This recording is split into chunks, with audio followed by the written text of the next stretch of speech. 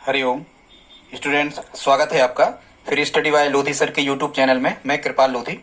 दोस्तों, आज हम आपको बताने वाले हैं जो वेदांग होते हैं, जो 4 वेद होते हैं, इनके वैदिक सभ्यता में कुछ इनके अंग भी होते हैं, क्योंकि जब तक उन अंगों को नहीं समझ पाते तब तक वेदों को समझना मुश्किल होता है। इसलिए 6 वेदांग बताए गए हैं और कई बार एग्जाम में आपसे पूछा जाता है। एक तो ये पूछा जाता है इससे कि निम्न में से कौन वेदांग नहीं है, या फिर ये पूछा जाता है कि वेदांगों की संख्या कितनी है। तो वेदांगों की संख्या 6 है। और फिर ये पूछा जाता है कि यदि ये वेदों के अंग हैं तो जो महत्वपूर्ण अंग होते हैं इसमें किस चीज को कौन सा अंग कहा जाता है। स्टूडेंट्स, यदि आप हमारे चैनल पर पहली बार विजिट कर रहे हैं तो प्लीज हमारे चैनल को सब्सक्राइब कर लें, साथ में आए बेल आइकन पर क्लिक कर दें ताकि सबसे पहले नोटिफिकेशन आपको मिले। आप लाइक कर सकते हैं, शेयर भी कर सकते हैं। हम निःशुल्क तैयारी करवाते हैं आपको MP police, SSC, railway, bank etcetera competitive exam की। आप हमारी प्लेलिस्ट में जाकर के देख सकते हैं, जिसमें जीके के, साइंस के, मैथ्स, रीजनिंग, शिक्षक भर्ती परीक्षा, टीटी एग्जाम जो होता है इससे रिलेटिव कई वीडियो उपलब्ध हैं। तो दोस्तों, आइए देखते हैं आज का विषय। आज हम आपको बताने वाले हैं 6 वेदांगों के नाम।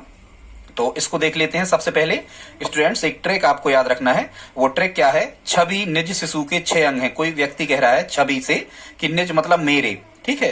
कोई व्यक्ति कह रहा है छवि से, छवि निज माने मेरे, छवि निज शिशु के 6 अंग हैं। ये आपको ट्रिक याद कर लेना है। छवि निज शिशु के 6 अंग हैं। अब स्टूडेंट्स, यहां से आपको इसका मतलब ये होगा, जहां यह लिखा है 6 अंग है, इसका मतलब ये है कि जो वेदांग होते हैं उनके कितने अंग होते हैं? 6 अंग होते हैं, ठीक है। फिर यहां लिखा है छा, तो छा से बनेगा स्टूडेंट्स क्या? छंद। और मतलब एक अंग हो गया छंद। और छंद को क्या कहते हैं स्टूडेंट्स? छंद को कहते हैं वेदों के पैर। वेदों के पैर। अब आप कैसे याद रखोगे कि छंद को वेदों के पैर कहते हैं? जैसा कि आपको पता होगा, भारतीय परंपराओं में जो महिलाएं होती हैं पैरों में ही एक गहना पहनती हैं जिसका नाम होता है छल्ली। क्या नाम होता है स्टूडेंट? छल्ली। महिलाओं के पैरों में पहनने वाला एक उपकरण है। तो यहां से आप याद रख सकते हो कि छंद, या मान के चलो हमें अपन कहते हैं ना कांटा छिद गया, ऐसे करके हम कहते हैं कांटा छिद गया। तो कांटा कहाँ छिदता है? पैर में। तो स्टूडेंट्स, ऐसे आप याद रख सकते हो कि छंद को वेदों के पैर कहा जाता है। फिर स्टूडेंट्स, यहाँ बी लिखा है 2 नंबर पे। छवि के बी से बनेगा व्याकरण। क्या बनेगा स्टूडेंट्स? बी से बनेगा व्याकरण। और जैसा कि आपको पता है कि इंग्लिश में व्याकरण को हम ग्रामर कहते हैं। क्या कहते हैं? ग्रामर। अपन कहते हैं ना कई बार, यदि व्याकरण को आप ग्रामर कहोगे तो कई बार अपन कहते कि यार ये तो बिल्कुल मुंह के बल गिरा, कहते ना मुंह के बल गिरा। ऐसे आप याद रख सकते हो कि व्याकरण को वेदों का मुंह कहते हैं। या फिर ऐसे भी आप याद रख सकते हो कि वैसे ही जो व्याकरण है इसका उच्चारण हम कहां से करते हैं? तो व्याकरण का उच्चारण मुंह से ही होता है। व्याकरण को यदि हमें पढ़ाता है तो मुंह से ही पढ़ाता है। तो ऐसे हम याद रख सकते हैं कि व्याकरण ये वेदों का अंग है। और व्याकरण किसे कहते हैं? वेदों के मुख को या वेदों के मुंह को व्याकरण कहा जाता है। स्टूडेंट्स, 3 नंबर पे यहां पर नी लिखा था, निज का नी से बनता है निरुक्त। नी से क्या बनता है? निरुक्त बनता है। और ये निरुक्त किसे कहा जाता है स्टूडेंट्स? निरुक्त कहते हैं वेदों के कान। ये वेदों के कान है, वेदों के कान को निरुक्त कहा जाता है। अब इसको आप कैसे याद रखोगे? भाई, कोई व्यक्ति नी रुक रहा है, मतलब निरुक्त मतलब नी रुक रहा है। कोई व्यक्ति को आप बुला रहे हो और निरुक्त वो नी रुक रहा है, तो आप क्या कहोगे? भाई, हम कान पर से मार देंगे। क्या कहोगे? रुको ना, हम कान पर से मार देंगे। तो कहते हैं ना कान पर से मार देंगे, ऐसे करके। तो निरुक्त, नी रुके तो कान पे खा जाओगे। तो निरुक्त वेदों के ये कान कहलाते हैं स्टूडेंट्स। फिर यहाँ निज के जा से बनता है क्या स्टूडेंट? ज्योतिष बनता है। ज्योतिष, ज्योतिष को कहते हैं वेदों की आंखें, या ज्योतिष को कहते हैं हम वेदों के नेत्र। वेदों के नेत्र किसे कहते हैं? ज्योतिष को कहते हैं। स्टूडेंट्स, कैसे याद रखोगे? हम तो ऐसे याद रखें कि नेत्र बंद करके देखो। तो जो हमारे संत महात्मा होते थे, नेत्र बंद करके वो पूरे ब्रह्मांड को देख लेते थे। वो वही तो ज्योतिष कहलाता था। कौन सा कहना चाहिए कि कौन सा जो पिंड है वो किस पिंड के पास है, कब आएगा पास, कब दूर, ये ज्योतिष कहलाता है।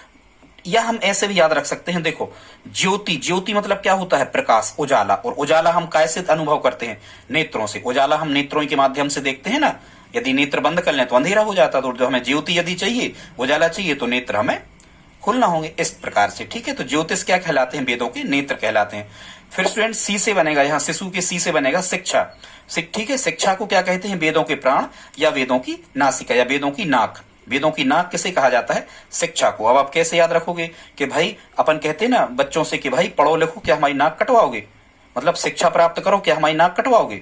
या अशिक्षित रह जाओगे तो क्या हमारी नाक कटवाओगे। इस प्रकार से आप याद रख सकते हो स्टूडेंट्स कि शिक्षा को क्या कहते हैं, वेदों के प्राण, प्राण ही शिक्षा कहलाती है, या फिर लिखा आता है वेदों की नासिका, किसे कहते हैं, शिक्षा को।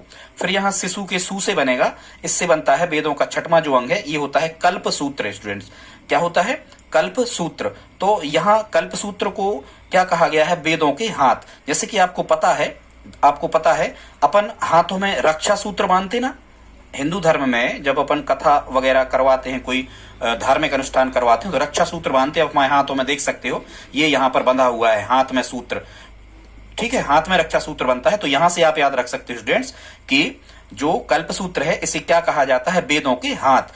तो स्टूडेंट्स ये हमने आपको 6 वेदांग बताए और याद करने का तरीका बताया। यदि आज का वीडियो आपको अच्छा लगा हो तो प्लीज अपने दोस्तों के साथ में लाइक, शेयर और सब्सक्राइब करने में हमारी मदद करें। मिलते हैं अगले वीडियो में। जय हिंद, जय भारत।